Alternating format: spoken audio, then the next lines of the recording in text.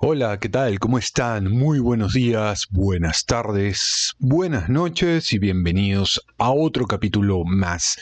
Este es el capítulo 9 en el libro y se titula Felipe, Cristina y Elena, ¿vale?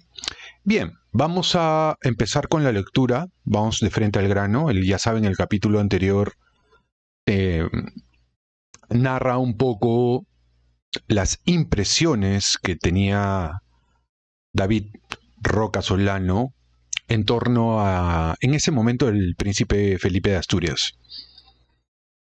Su feeling, algunas ideas que Felipe compartía con el propio David, allí en la intimidad de la novísima dinámica familiar que estaban estrenando, y que David también sentía que lastimaba a su propio núcleo familiar, que los iba mutando en un nuevo tipo de personas que incluso él no conocía o no conoció con anterioridad.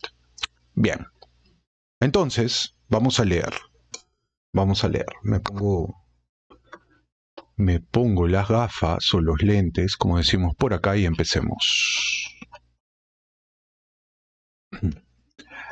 Tengo que reconocer que en casa de Felipe, al principio, pasamos buenos momentos. Felipe es un tío cercano, accesible y con la suficiente inteligencia para no creerse hijo de ninguna deidad, a pesar de cómo se comporta su padre. Por el trato que he tenido con él, que ha sido bastante, intuyo que él mismo duda de si algún día podrá heredar el trono. Yo tampoco estoy muy seguro. Pie de página, este libro fue publicado en el 2013, así que no se cumplieron esos vaticinios. Cuando pasábamos la tarde y comíamos con Felipe y Leticia, una vez que olvidabas que estabas a 5 minutos de Zarzuela, el cuadro que tienes a tu izquierda es un Murillo auténtico, y que ese chico rubio, que se ríe de tus chistes, está predestinado a ser rey, podías relajarte y comportarte con naturalidad absoluta. Felipe es un hombre cordial y educado, atento e incluso servicial, como si se esforzara por diluir toda frontera social, económica y de linaje con sus invitados. Nada que ver con Zarzuela. En la casa del príncipe, te sientas a comer y 3 tenedores a la izquierda y 5 cuchillos a la derecha. Ni cubiertos de plata, ni copas de cristal de Bohemia, Felipe descorcha su botella de Vega Sicilia de 250 euros, la vierte en el decantador y cada uno se sirve. A veces incluso no había camareros. Ponían una mesa muy grande con buffet y fuera protocolos. Yo había leído en las revistas que Felipe tenía una extensísima biblioteca y he visto la vivienda entera. Los únicos libros que vi allí estaban en el despacho de Felipe. Una breve biblioteca de no más de 4 metros de largo por 2 de altura, donde tendrá unos 200 a 300 volúmenes. Quizá me han querido ocultar esa inmensa biblioteca de la que hablan las revistas para no acomplejarme, para restarse importancia. Nunca se sabe. Pero he recorrido esa casa de arriba a abajo y no he encontrado ningún otro depósito de cultura. Lo que sí he visto es la bodega, mucho mejor surtida que la biblioteca. Estábamos tomando café en el pequeño salón contiguo al comedor, el único donde se ve la televisión en toda la primera planta. Se me acercó Leticia y me dijo: ¿os gustaría ver la casa? No está del todo amueblada, sobre todo la última planta. Es una casa sobria, con excepción de algunas dependencias. Ofrece más aspecto de una casa diplomática donde los inquilinos van y vienen que de lo que yo llamo hogar.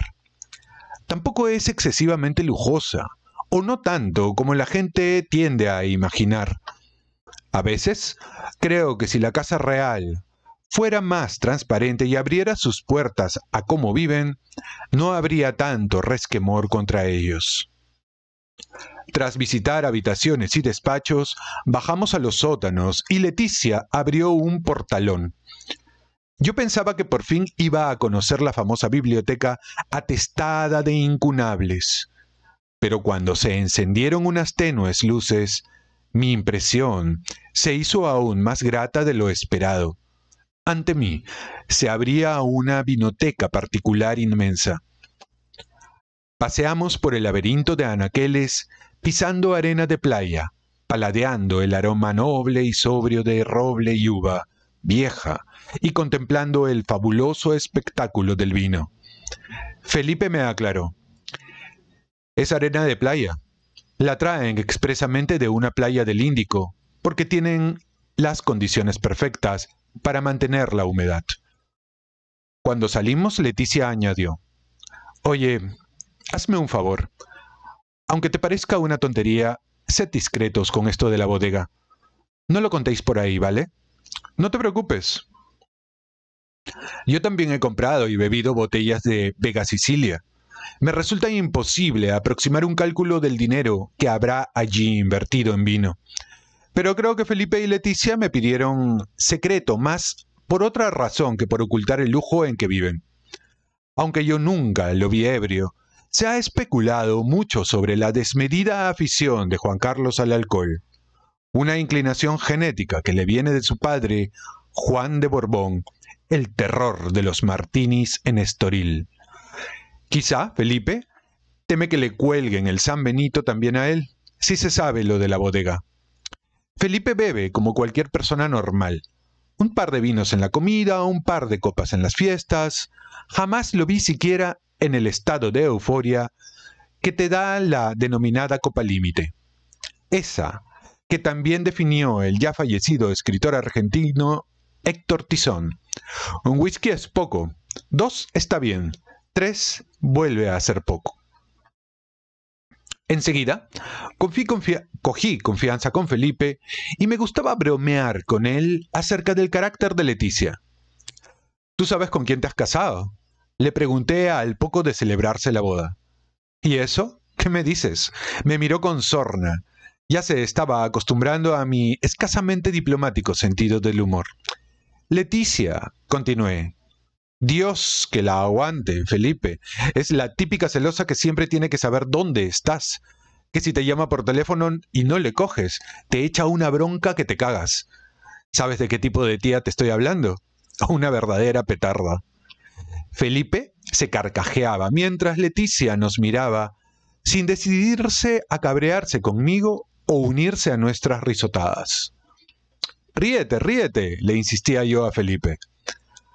Cuando conoces a alguien así, del que has leído cientos de cosas en todo tipo de publicaciones, siempre te pica una cierta curiosidad malsana por confirmar si la prensa especializada en realeza se inventa la mitad de las historias, como pude comprobar.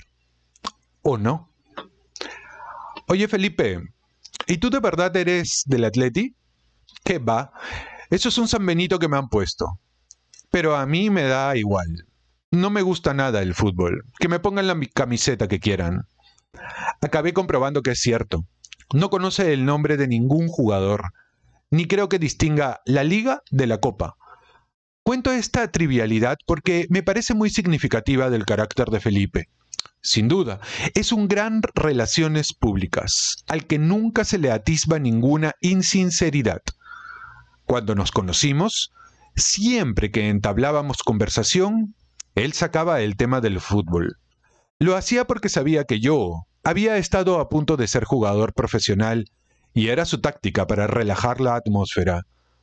Quizás, antes de mis visitas, le echaba un vistazo a algún periódico deportivo en busca de un tema de actualidad. No lo sé. En todo caso, es obvio que no hacía ese esfuerzo por hipocresía, sino como deferencia hacia sus invitados. Yo, aparte de simpatía por él, sentía cierta fascinación por conocer cómo había sido su formación académica, militar, vital, y lo bombardeaba a preguntas.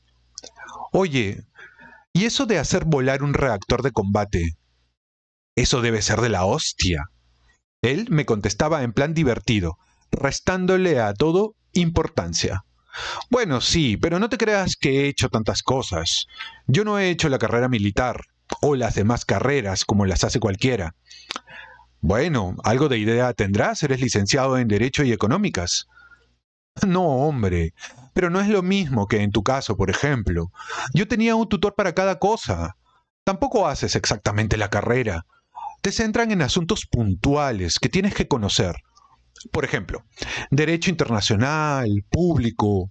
Yo no estaría capacitado para ejercer de abogado, ni para dar ninguna clase de economía a nadie.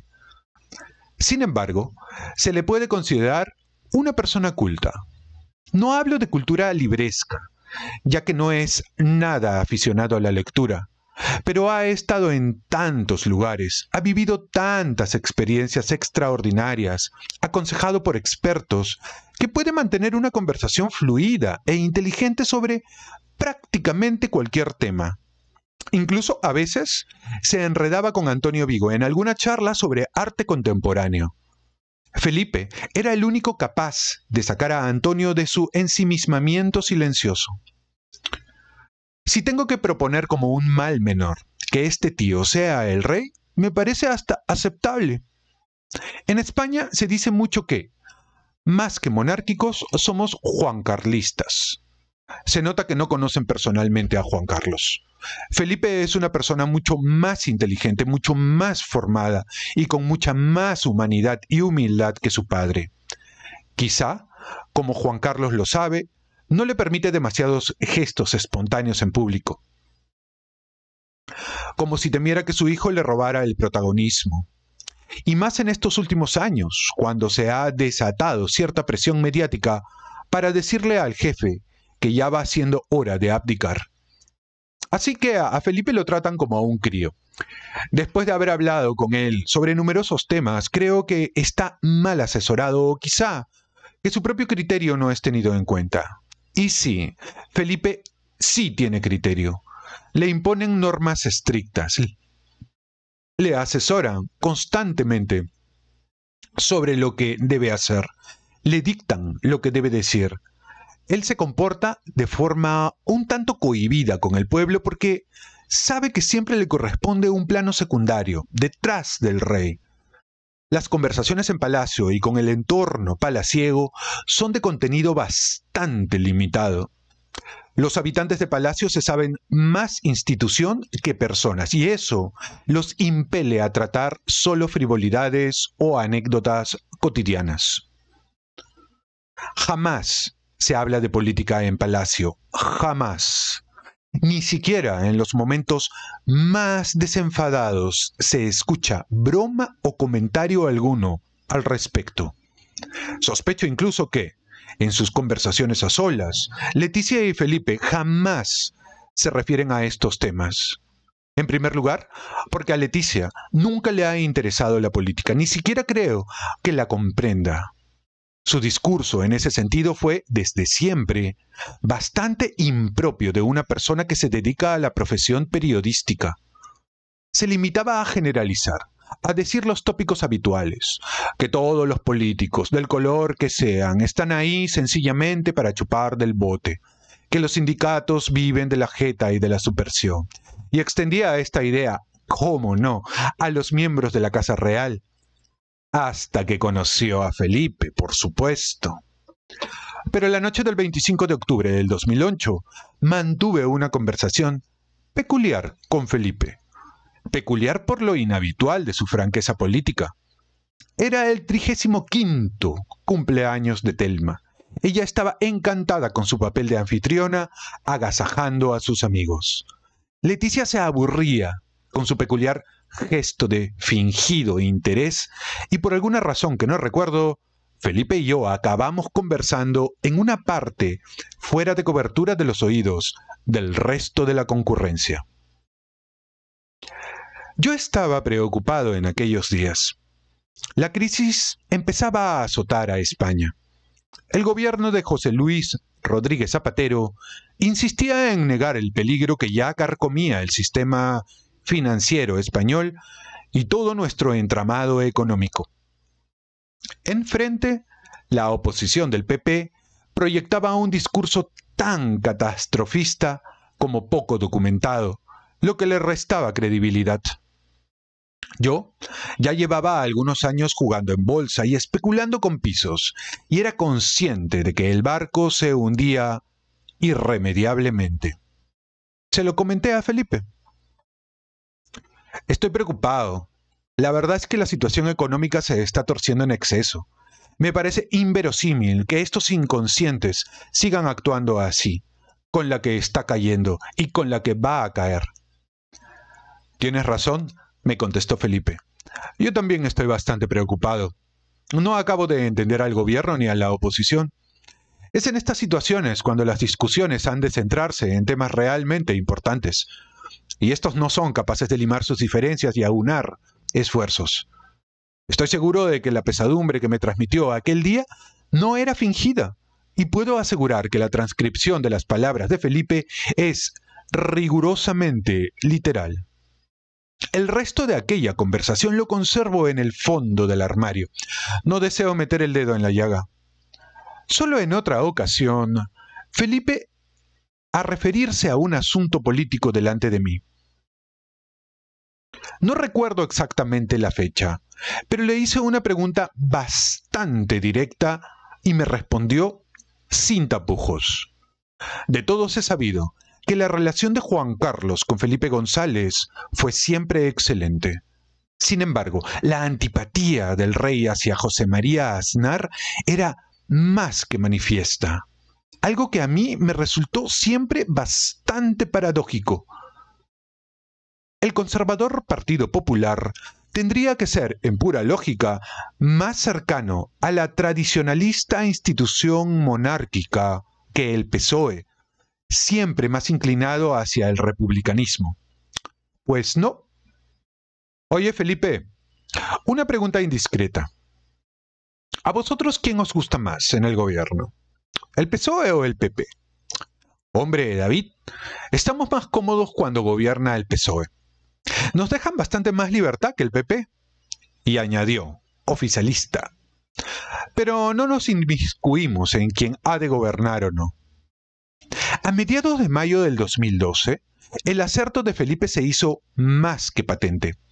El gobierno de Mariano Rajoy obligó a Sofía a cancelar su asistencia al 70º aniversario de Isabel II en el trono, algo que dejó bastante en evidencia o incluso un poco en ridículo a los miembros de nuestra familia real.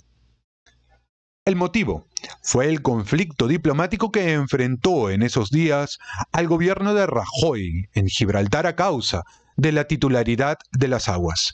Era un momento delicado desde el punto de vista diplomático, pero no creo que un gobierno del PSOE hubiera obligado a Sofía jamás a cancelar un compromiso firme con los miembros de la Casa Real Británica. A veces pienso que esa mayor cercanía de nuestra Casa Real a los socialistas se debe a que todavía está latente la legitimidad de la sucesión de Juan Carlos, ya que ésta fue impuesta, como diría mi abuelo, por El Salvador. Es algo que a Juan Carlos le gustaría olvidar, y que los españoles también olvidáramos. Así que a lo mejor ese alejamiento de los líderes del PP, tan reticentes a condenar el franquismo, sea una estrategia para reforzar la imagen de una monarquía progresista y desvinculada de su algo vergonzoso pasado franquista. No sé, nunca me atreví a preguntarlo directamente en Palacio. ¿Para qué? Tampoco creo que nadie me hubiera respondido sinceramente. En otra ocasión, Felipe y yo conversamos en torno a la igualdad de sexos que afecta al régimen sucesorio de la corona. Leonor, a la que el cambio constitucional puede convertir en heredera de la corona, ya había nacido. Me resulta absurdo este debate estéril sobre la sucesión a la corona, comenté yo. Mira, David, es estéril porque, aun habiendo nacido Leonor, la realidad es que debate. El sucesor a la corona, por derecho positivo y mandato constitucional, en todo caso, he de ser yo. Ese debate ha de plantearse en el momento oportuno, cuando la sucesión tenga lugar. Haciendo gala de mi afición incontenible a meterme en charcos, continué. No obstante, Felipe, quizás sería conveniente una reforma constitucional que más tarde o más temprano regule lo que a todas luces parece equivocado. No compete a la institución dicho impulso de reforma constitucional. La reforma y su proceso, creo yo, no debiera hacerse de manera puntual para este asunto. Debería hacerse en un marco de reforma parcial que englobara no solo las cuestiones relativas al heredero de la corona, sino de otras instituciones tales como el Senado. Pero como te he dicho, no será la institución la que impulse dicha reforma. Felipe no acabó aquí. Pensó durante unos instantes y continuó. Se notaba que tenía el asunto más que meditado y su forma de hablar era forzada, discurseante, oficialista. Quizás los mecanismos de reforma constitucional previstos para el título 2, en comparación con el resto de reformas, a excepción de la referida a derechos fundamentales, conviertan dicha reforma en un plebiscito, en un referéndum sobre la idoneidad de la monarquía parlamentaria, porque tan malo sería una abstención del voto de los españoles en una hipotética reforma de la corona como un voto negativo. No obstante, quizá no es el momento más adecuado. No dije nada. No estaba acostumbrado a escuchar a Felipe mojarse así. Había cambiado hasta su forma de hablar, insisto, que parecía más un discurso institucional que una declaración espontánea. De repente, me sonrió y solo le faltó gritar: «Vaya discurso que te he dado», y volvió a ser el Felipe de siempre, coloquial y suelto. Con el paso del tiempo, también fuimos conociendo un poco más hondamente a las hermanas de Felipe y a sus maridos. Se dejaban caer de vez en cuando por la casa del príncipe, completando así la agenda de integración de los Ortiz Rocasolano en la regia estructura familiar con las que nos habían maridado. Patricia y yo sentíamos especial morbo en mantener algún día una conversación con Elena, la entonces esposa de Mari Chalar. Han corrido tantos rumores. Al fin, una tarde de primavera, tuvimos la oportunidad de iniciar una charla con ella. Estábamos sentados en el salón de la casa de Felipe, frente a frente con Elena y Cristina. «¿Y vosotros, a qué os dedicáis?», nos preguntó Elena. «Yo me dedico a la comunicación, a temas de marcas y publicidad», contestó Patricia. «¿Y tú?», se dirigió a mí. «Yo soy abogado». Nos sonrió y parecía que la conversación con Elena había muerto ahí. Yo intenté romper el hielo. «¿Y tú a qué te dedicas?».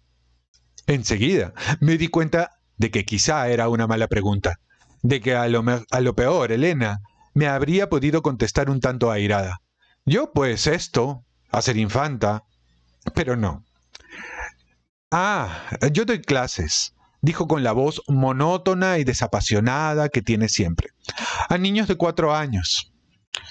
«¿Y de qué das clases?». Había que extraerles la información a machacamartillo. Su expresión era fría, su mirada siempre estática y fija, a un punto algo elevado, la espalda recta, no parecía relajada. «De inglés», respondió con su habitual elocuencia telegramática. Patricia parecía determinada a seguir charlando. Cristina seguía la conversación con una sonrisa protocolaria, las manos cruzadas sobre el regazo y sin decir nada. «Tiene que ser difícil, ¿no?», prosiguió Cristina, «enseñarle inglés a unos niños tan pequeños.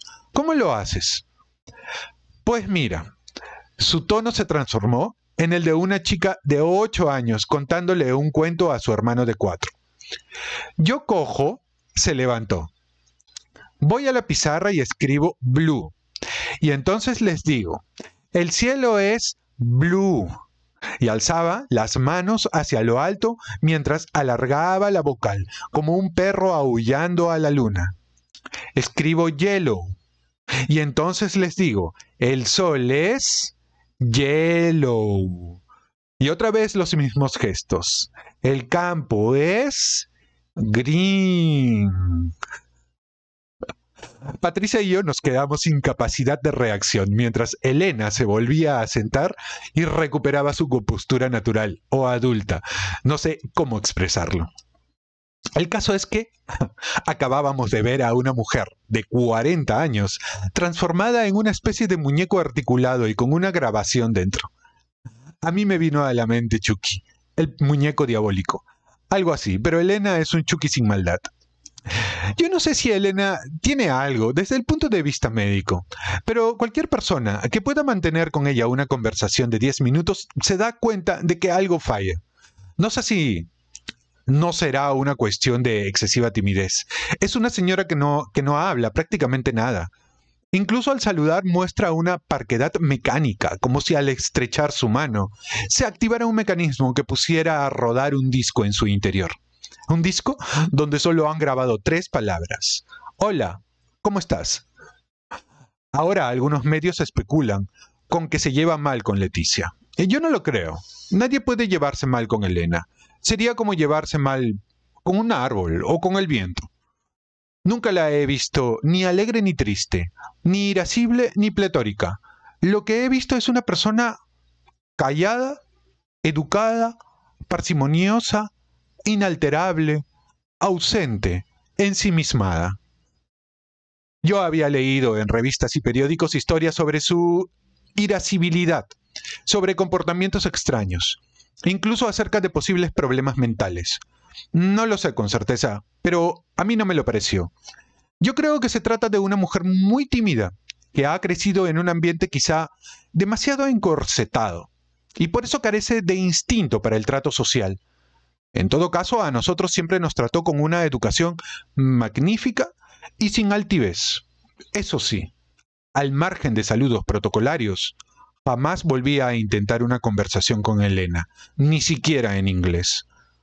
Cristina es totalmente distinta.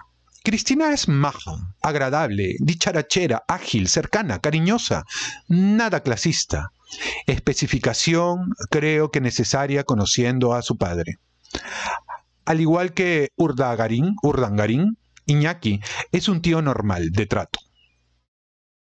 Cuando operamos a Patricia en Barcelona a raíz de los problemas de mi hijo, nos ofrecieron quedarnos a dormir en su casa. Hola David, ¿cómo van las cosas? Ya sabes, Leticia, con el problema de Patricia y los niños, no ando muy animado, le respondí. Si no tienes sitio donde quedarte en Barcelona, me ha dicho Cristina que puedes ir a su casa. No te preocupes, prefiero que no, pero dale las gracias, le contesté.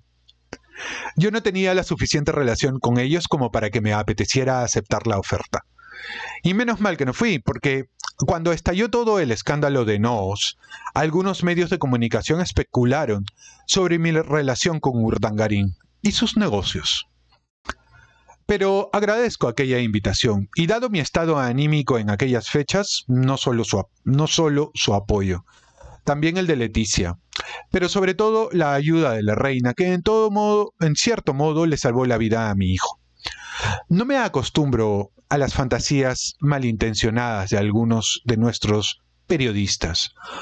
Cuando saltó nuestro escándalo familiar en julio del 2012, con el descubrimiento de que Chus, Menchu y Enar habían sido denunciados por alzamiento de bienes, algunos periódicos inopinadamente sacaron mi nombre. Decían que yo soy el que más ensucia la saga de la princesa. Sin venir a cuento, todo porque llevo este apellido. El apellido Rocasolano es muy sonoro y agradecido en titulares desde la boda de Leticia. Es triste vivir en un país donde hay que advertirle a la gente que debe tener cuidado con lo que lee. Mientras escribo esto, salta la noticia de que le han encontrado a Iñaki 700.000 euros en una cuenta en Suiza. No voy a entrar a valorar la veracidad de la información, no me interesa, pero sí me interesa el trato que en los medios se da en este país al derecho de presunción de inocencia. Es irrisorio e insultante.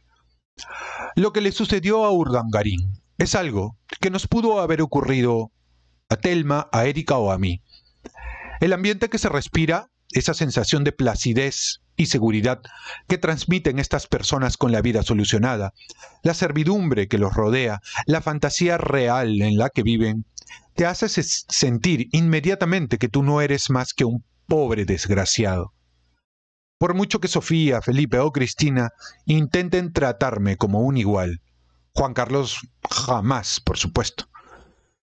Y en esas llegó allí Iñaki Urdangarín, otro pobre desgraciado.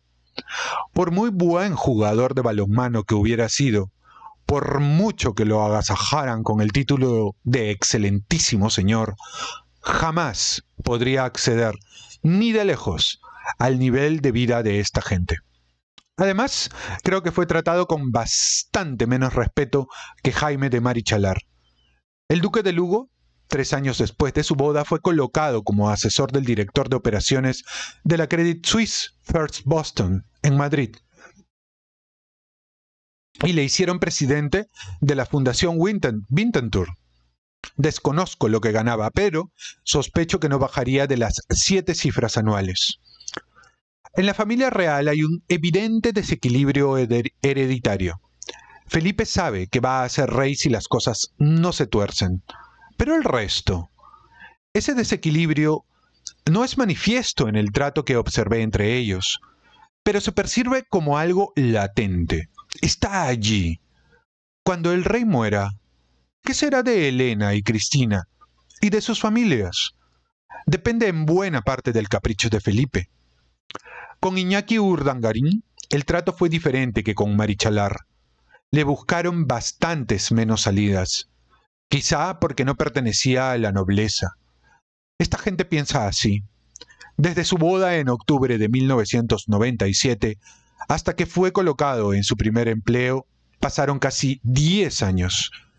En 2006 lo ficharon como consejero de Telefónica Internacional. Mientras, supongo que como Leticia, a quien asignaron un bastante ridículo sueldo de 60.000 euros anuales. Cuando lo califico de ridículo, estoy por supuesto manejando los baremos económicos de Palacio, no los de la calle. Por hacer una comparación, no creo que el sueldo de Leticia alcance ni mucho menos el presupuesto de la casa del príncipe en vino. Y no porque Felipe beba mucho, ya se ha dicho, pero sí que bebe muy bien.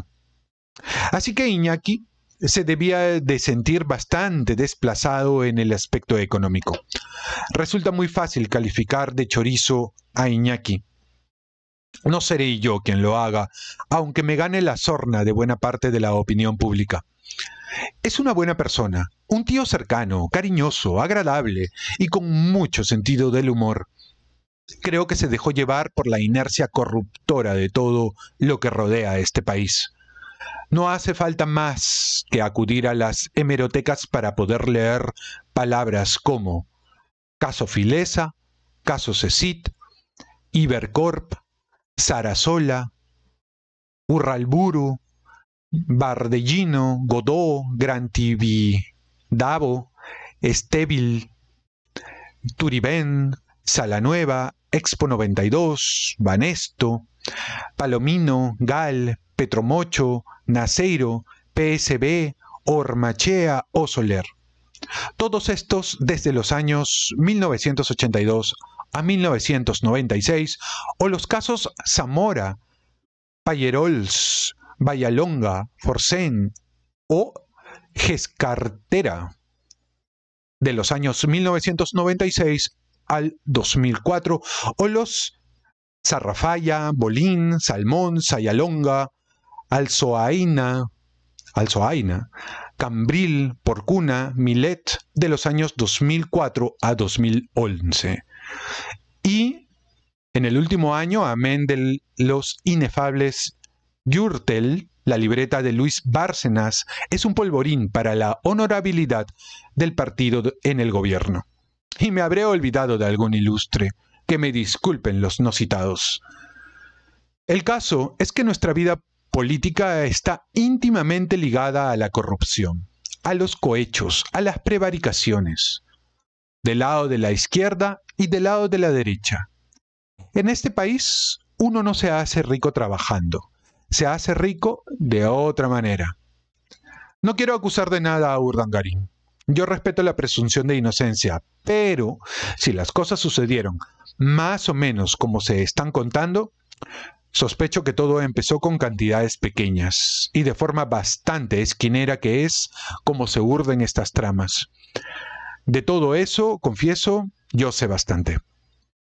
Alguien se acerca en una fiesta o una reunión, se presenta, mantiene una agradable charla que inexorablemente deriva hacia algún negocio y de forma casual al interlocutor se le ocurre que sería fantástico contar con la imagen y el talento del exjugador de balonmano, del licenciado en administración y dirección de empresas, del marido de la infanta para impulsar la iniciativa. Quizá en principio Iñaki hasta lo consultó con Cristina y ella estuvo de acuerdo con que aceptara ciertos negocios sin mostrar siquiera demasiado interés.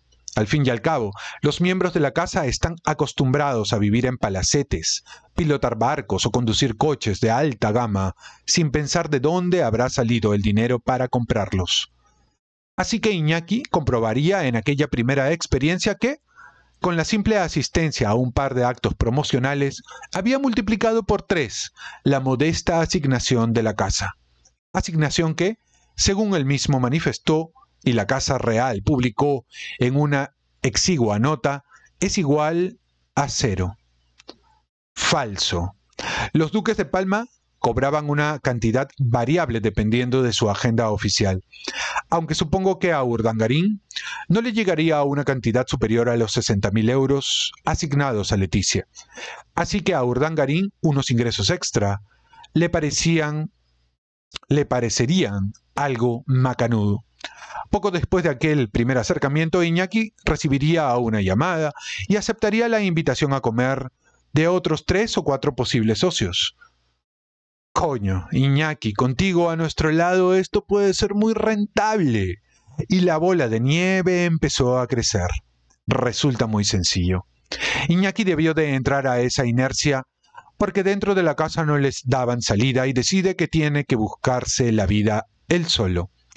Al entrar en la familia, también Leticia se da cuenta de que no todo es armonía, de que existen resquemores antiguos detrás de los que se encuentra la desigualdad, la falta de seguridad económica, el vasallaje hacia el jefe. Esto puede resultar incluso insultante para cualquier español que esté leyendo esta historia después de 14 horas de trabajo a razón de 800 euros al mes. Pero estamos contando un cuento de príncipes y princesas en el país de las maravillas, de un lugar donde todo es regalado, pero nada es gratis. ¿Qué sería del futuro de Froilán si dentro de unos años Felipe se distanciara de su hermana Elena y la gente percibiera que ya no está bien vista en palacio? Es posible que no pudiera mantener su actual nivel de vida enseñando en los colegios bilingües que el cielo es blue. El caso es que, en cuanto entras en esta casa, el vocabulario de lo cotidiano se altera y la percepción de muchas cosas también. Recuerdo, por ejemplo, una tarde que visité a un concesionario de coches de la marca Volvo, donde trabajaba un conocido.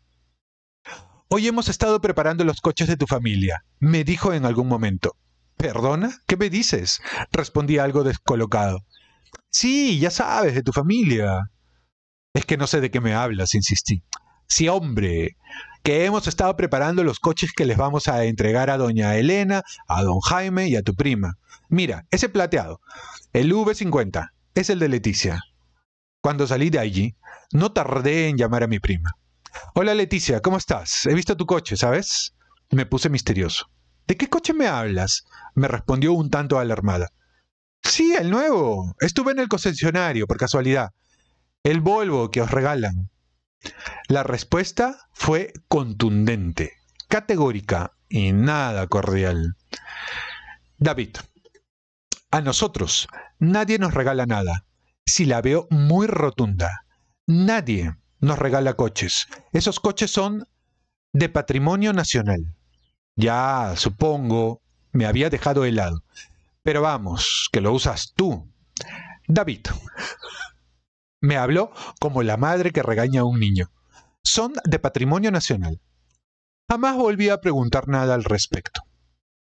Sería hipócrita negar que lo que le sucedió a Iñaki me pudo pasar a mí, a cualquiera. Te acabas acostumbrando a que sea lícito. En Palacio, fumarse un puro en los morros de un Goya. Todo, todo es lícito, siempre que se traduzca justificando que se hacen las cosas al servicio de los españoles o se adquieren bienes que pasan a ser propiedad del patrimonio nacional. A Urdangarín, yo creo, le mató el hecho de haber querido también utilizar ese lenguaje sin tener derecho a hacerlo. El siguiente capítulo se llama Los oligarquitas. Ya voy a hacer un pequeño comentario, chicos y chicas. Bueno, yo la verdad, dentro de lo que es la naturaleza y la dinámica de las tramas de corrupción que hubo y hay en la familia real española, no tengo demasiada información más allá de cosas que he escuchado muy de oídas, muy de oídas. Yo le empecé a tomar un poco más de atención a la dinámica familiar real cuando estuve por Madrid viviendo, haciendo un máster y trabajando y tal.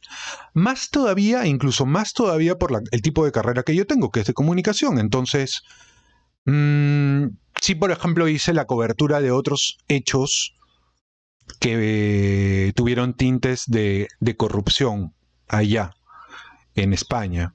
El tema de las tarjetas Black y tal. Luego algunas otras cosas.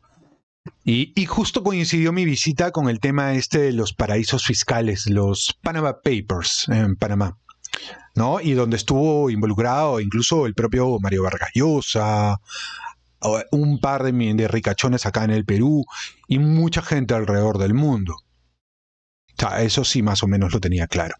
Pero estos casos que, por ejemplo, menciona acá el autor de manera muy detallada, un par bien de oídas y de lejos, que no ni siquiera podría explicar exactamente la naturaleza. Y ya seguro me lo pueden contar en los comentarios.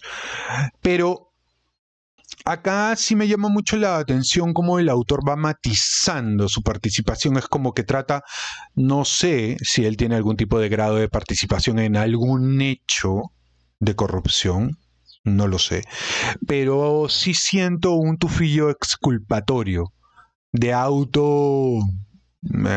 exculpación de algún hecho o de algo que podría haber pasado o de algo que tal vez sucedió pero nunca se supo, qué sé yo, no lo sé. Así que sí que es cierto de que percibí eso. Por ahí que estoy equivocado, ojo, por ahí que estoy equivocado, es muy muy subjetivo, es solamente un feeling. Luego, el tema de su relación con la propia familia real, que es como que, eso sí, ahí sí mantiene la narrativa aquella de son muy alejados de nosotros, porque nosotros somos, entre comillas, plebeyos, gente normal, de a pie, además que trabaja, porque eso es algo también que lo menciona mucho él, David Rocasolano, que básicamente en la casa real pues se la viven, a ver, que se tienen que buscar algo para no aburrirse. Eso es lo que da a entender, o por lo menos es lo que yo entiendo, que David Rocasolano en estas líneas, en estos párrafos, quiere darle a entender a la audiencia. Dentro de todo también habla bien de Felipe, o sea, no lo ve como una mala persona, pero sí deja notar, le pone allí a quien va a leer este texto, y en este caso a quien lo está escuchando, le pone aquel post-it que colocas al costado de tu monitor, bien al costadito de tu monitor, por si acaso Felipe no es culto. Te maneja temas, tiene una buena conversación, pero, a ver, si empiezas a indagar, no vas a encontrar a una persona, no es Borges, pues no vas a hablar con Borges cuando estés hablando con el príncipe Felipe. Es lo que percibo que quiere dar a notar. Lógicamente, una persona, pues que yo creo que acá hay una intelectual en el Perú que se llamaba Marta Hildebrandt y que ella decía que la cultura se mama.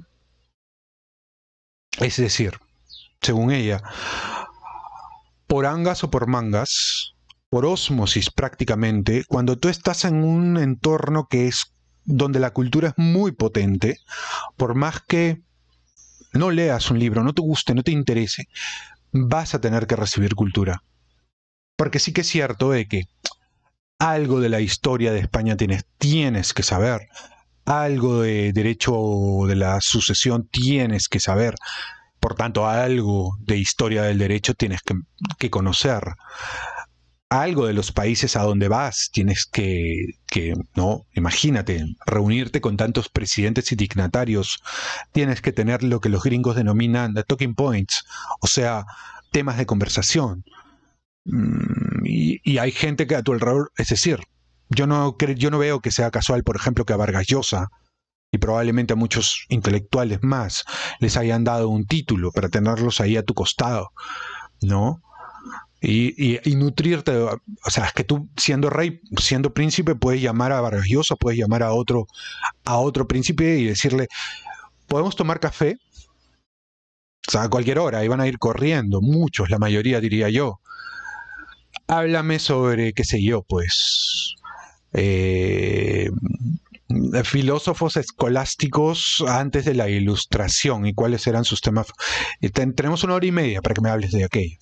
O sea, más fan sencillo que eso, no. Ahora, si con todo eso eres muy bruto, bueno, ya, está. Así que nada, interesante, no deja de ser interesante. Me llamó mucho la atención también la posición que aparentemente tiene la Casa Real en torno a sus filiaciones políticas, por lo menos en aquella época. Esa filiación hacia tal vez más el PSOE, de acuerdo a lo que comenta David, obvio. Que hacia el PP, que teóricamente era el partido más de derechas, ¿no? Teóricamente el más tradicional. Y que sin embargo se sienten más cómodos con el PSOE y tal. No lo sé. Muy bien, espero que les haya gustado el video. Espero que me dejen vuestros comentarios, vuestras apreciaciones en torno a estos temas, que siempre es interesante que ustedes puedan compartir, que puedan decirme y decirle a otras personas que los leen, cómo es el tema, por ejemplo, de la corrupción, cómo es el tema de las tramas, como se les denomina por allá, y cómo creen que esto, por ejemplo, salpique al rey Felipe VI. ¿Cómo lo manejará? ¿Cómo lo gestiona? ¿No? Eso me llama la atención. Muy bien, chicos y chicas, muchas gracias por haber llegado hasta esta parte. Espero que les haya gustado el video. Espero que me dejen vuestros siempre valiosísimos comentarios y nos vemos en un siguiente video conmigo. Hasta la próxima. Como siempre, pase bien y pásenla muy bien.